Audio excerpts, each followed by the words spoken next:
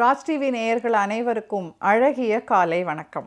Hanoi அப்படிங்கிற இந்த நகரம் ஃப்ரெஞ்ச் காலனியில் இருந்தப்ப நடந்த கதை இது. அதாவது ரொம்ப காலங்களுக்கு முன்னாடி நடந்த கதை.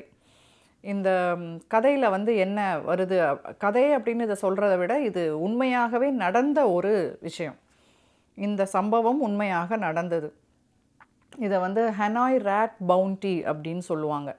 அந்த ஹனாய் நகரத்தில் எலிகளின் தொல்லை மிகவும் அதிகமாகி விட்டது. எலி எலி எலி எலி எலி, எங்கே பார்த்தாலும் எலி, எதிலும் எலி, எங்கேயும் எலி, எப்பவும் எலி, அந்த மாதிரி ஒரு பிரச்சனை போயிட்டுருக்கு. இது இந்த ஹனாய் நகரத்துடைய கார்ப்பரேஷன் ஆளுங்களோ இல்லை இந்த முனிசிபல் ஆளுங்களோ அவங்க மட்டுமே இந்த எலிகளை கட்டுப்படுத்த முடியாது. ஏன்னா கடங்காமல் போய்விட்டது எலியுடைய பிரச்சனை.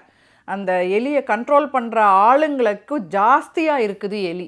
அதனால் அந்த நகரத்துடைய அமைப்பு, அந்த மேயர் அவரை ஒரு அறிவிப்பு விடுறார். மேயரோ கவர்னரோ அந்த தலைமை, அந்த நகரத்துக்கு யார் இன்சார்ஜோ அவர் ஒரு அறிவிப்பு விடுறார். என்ன விடுறார் அப்படின்னா, யாரெல்லாம் எலியை அடித்து செத்த எலியை கொண்டு வரீங்களோ அந்த செத்த எலிக்கு நாங்கள் இவ்வளோ காசு கொடுக்குறோம் அப்படின்னு சொல்லி அறிவிக்கிறாங்க. ஜனங்களுக்கு எலிய கொண்டு வந்தா, சாவடிச்சு கொண்டு வந்தா காசா, புட்றா எடுறா அப்படின்னு இப்போ வேற ஒரு பிரச்சனை போச்சு அந்த தொழிலாளர்களுக்கு. அதாவது அந்த கார்ப்பரேஷன் ஒர்க்கர்ஸுக்கோ இல்லை முனிசிபல் ஒர்க்கர்ஸுக்கோ. என்ன அப்படின்னா, எத்தனை எலி, செத்த எலி எத்தனை இருக்குதுன்னு எண்ண வேண்டிய ஒரு பிரச்சனை போச்சு. அதை எலியை தொட்டு இந்த எலி செத்த எலியை தொட்டு 1 2 3 எண்ணி அதுக்குரிய காசை கொடுக்கணுமில்ல. இந்த பிரச்சனையை அவங்களால சமாளிக்க முடியல. எல்லாரும் கவர்னர்கிட்டயோ இல்லை கவர்னர்னால் அந்த மேயர், அந்த நகரத்துடைய தலைவர்கிட்ட போய், இங்கே பாருங்கள், வெறும் கையால் அந்த எலியெல்லாம் தொட்டு பார்த்து அப்புறம் நாங்கள் சாப்பிட்ணும், செத்த எலியை எப்படிங்க நாங்கள் தொட்டு என்றதே முடியாது, இதை நீங்கள் மாற்றுங்க. எலி பிரச்சனை குறைஞ்சிக்கிட்டு இருக்கு நல்லபடியாக, நோ டவுட்.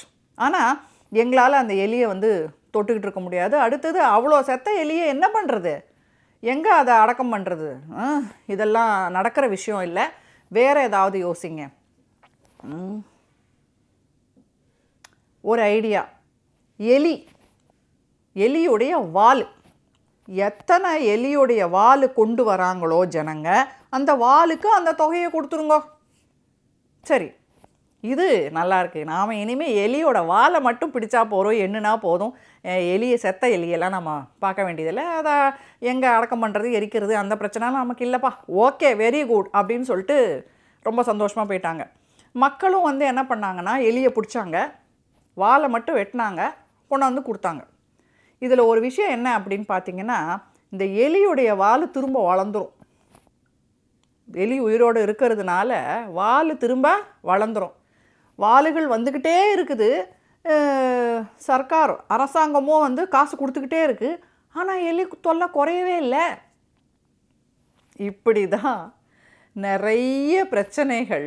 ஒரு பிரச்சனைக்கு தீர்வு அப்படின்னு காண்றோம் அப்படின்னு நினச்சிக்கிட்டு என்ன பண்ணுறோம், அந்த பிரச்சனையை புத்திசாலித்தனமாக நம்ம முடிச்சிட்டோம் அப்படின்னு நினச்சிக்கிறோம்.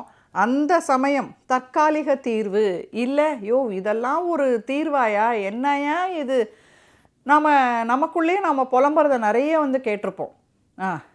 இவனுங்க போட்ட ரோடு இருக்கே, யார் பிளான் பண்ணா இந்த பில்டிங்கை, என்னையா இப்படி கட்டி வச்சுருக்காங்க, மூளை வேணாம், இவங்கெல்லாம் இன்ஜினியருக்கு படிச்சுட்டு தான் வராங்களா, என்ன மூளை வச்சு ரோடு போட்டிருக்கான், இல்லை என்ன மூளை வச்சு ரோடை கட்டியிருக்கான், அந்த பில்டிங்கை கட்டியிருக்கான். இப்படி நாட் ஓன்லி ரோடு ஒரு கன்ஸ்ட்ரக்ஷன், இந்த மாதிரி நிறைய விஷயங்கள் நாம் மற்றவங்களை ஓப்பனாகவே திட்டுவோம்.